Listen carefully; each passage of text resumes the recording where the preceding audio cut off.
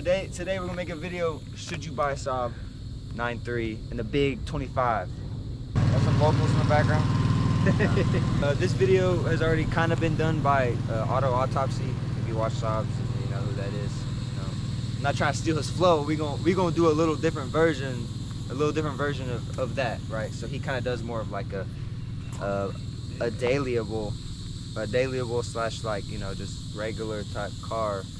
I'm gonna do more of a performance, what's the word? Performance oriented version of that. So I don't have like a number like, oh, here's 5 things. I have no idea. I'm just kind of gonna go off the top. There's no script for this. I guess we'll go with number 1, right? The easiest thing you could do on this car. Come on.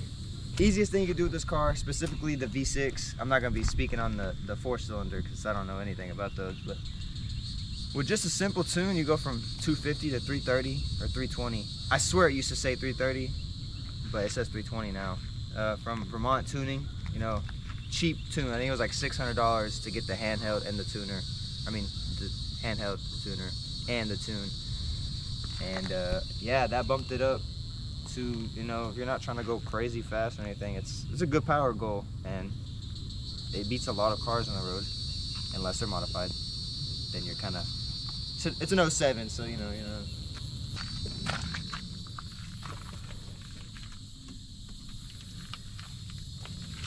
So as you can see, this one specifically comes with a 6-speed manual. These also have a 5-speed manual option.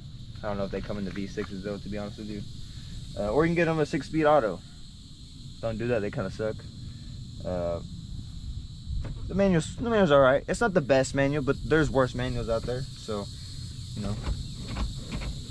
And there's short throw modifications and shifter link stuff for them. So, you know, it's pretty good. I would definitely choose this. You know, not a dedicated sports car, but over a lot of sports cars. So another aspect of these cars, right, is you can pick them up for cheap and you can get good power out of them for cheap. So I bought this car from someone who didn't know what the fuck Saabs were, which really helps you. So I got this car for about $4,000. He wanted like $8K. Talked him all the way down to 4, half off. And then I spent, you know, excluding the first tune, right? Just the tune it has on it now was about $2,500, and that comes with upgraded turbo. You got injectors. I bought a blow-off valve. Right now it's not on, so I have that plugged. And open air intake. And another thing about it that I like is that it's just got a sleek design. You know, from 07, this one, well, yeah, 07, 03 would look like this. This one is an Aero, so it has the 5-spoke wheels, and I think they look amazing. Honestly, I think the stocks look amazing. This one got roof racks on it, which I think completes the whole look of the car. This one being all black, and I blacked out the emblem, not the emblem, the reflectors up front, and gave it some carbon fiber brows. Just need to redo the trim, and I think this car would look beautiful. You know, it looks good now, but I think it looked way better. I did my best to do a paint correction on it. I really just polished it, and yeah, it looks pretty shiny. From this distance, it looks flawless. You get a little closer, it doesn't, but you know. Now these cars aren't all perfect. They definitely come with a lot of flaws, and so I will be going over a few of the ones that I've had with this car and my other car that seem to be common problems. Nothing. So the electricals in these cars, I don't know what it is. I don't know if it's GM's fault or what, but this car has actually been pretty good so far. I thought I was having an electrical issue, but it wasn't. But the old one that I owned, I replaced every single module in that car because they all went bad. It's only a matter of time till the ABS module on this one fails. I'm ready for it because the solder, it's just hot. I don't know. These cars aren't designed for the heat, I guess. I don't know. Electrical issues are definitely one of my biggest complaints about these cars. Other than that, mechanically, and they're solid. I mean, not much else to complain about these cars reliability wise with the motor and everything. So another con, not really a con, just not the best thing about them is that this car right here is front wheel drive only. This one does not have all wheel drive. This here didn't actually even have all wheel drive as an option. The third thing that I hate about this car is body related, and it's really with the pre-facelift is these fucking trash ass bumpers. Yeah, they suck. Mainly because of previous owners. I don't ever scrape this bumper. I mean, I think I have like once, really. But like, there's a dent right here on this one. This is completely destroyed. You can see it cracked all right here. Yeah, I've never met anybody with a Saab that hasn't replaced it or has a stock one that's just all messed up. And yeah, I wouldn't say bad design, definitely user error, but they are pretty flimsy bumpers, and they did address that with the facelift. Those bumpers I feel like are much better quality. And then the headlights. Yeah, these headlights suck. If you want to drive this car at night, you need to drive with your brights on, because these headlights suck. Like, these ones are the first, these actually function. Auto leveling, recently got that fixed, and they actually look forward now. Still can't see a fucking thing. So in conclusion, I do think, you know, if you want a well-rounded performance car that may not be a dedicated sports car, obviously, you know, this is a sedan.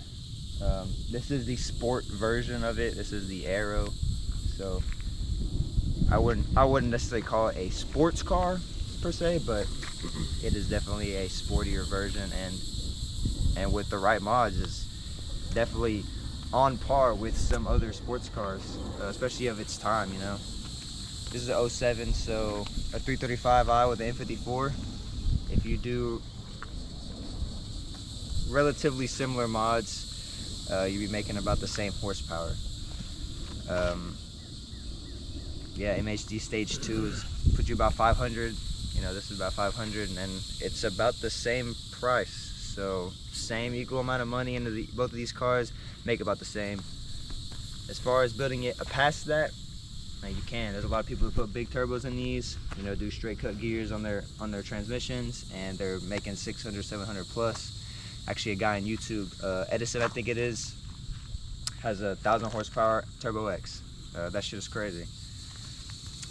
Nowhere near stock motor, right? But it is still same family of motors, right? So, you know, has a Holly on it. This shit's pretty badass. But yeah, even if you want to keep it simple like me, keep it around 500 horsepower, this car is reliable to do so and comfortable to drive around. The exhaust doesn't have terrible drone, even with it being straight piped. AC works on it, got heated seats, has all the luxury features really of an 07 car. Sunroof, and yeah. Honorable mention about this car. Oh, come over here. I think BMW does this as well. I could be wrong, but these roof racks are actually Saab brand. These are OEM. These are an OEM part, so these come from Saab. There's a lot of things you could do these cars that I guess compare to like Dynan for like BMW, and it's called Hirsch. And they just it's kind of weird. They make like parts for the interiors of these cars, and they also made up like tuning packages for these cars. In Europe, I don't think they did in America though. They might have. I could be wrong. So yeah, if you want a cheap, reliable sports car, I'm just gonna call it sports car. Fuck it. And practical, right? Obviously very practical. Then dude, pick one of these up. I mean, I can't stress it enough. Like, this thing has been so good to me.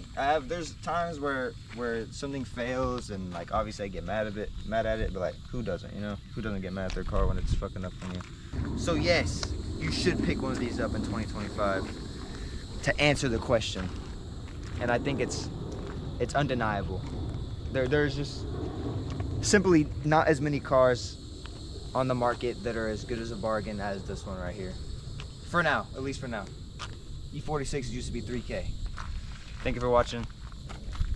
Try to be outside a lot more. Definitely getting more motivated to do more YouTube videos. Because of Cletus McFarland, gotta add that. Cletus definitely motivated that. So, yeah, we'll see you in the next video. Hopefully we'll do a review on Seth's car. I can't waste no time. It's turn. Right? What song is that? I can add it. We'll sing it again? I forgot. Wait, nah, it's on one of the old videos. But yeah, that'll be the outro. I bet. I can't wait no line, can't wait no turn. Yeah, I might go put up the X, I might go leave the earth. Yeah, rockin' that new old plus, yeah, come on, they got song. I like the flex, yeah, turn on my. So as you can see, this one specifically comes. Whoa, redo. Go back up. Specific. Yeah. And so 5 things that I. There you go. And here's some cons of this. Bro, you should see how it looks on the camera, man. All right, go. All right, last time. I put 60K miles on my other car. And that thing was solid. I mean, it had. I'm gonna retract that whole statement. I didn't say that. I did not say any of that. It's got an entire Vietnam War flashback to that car.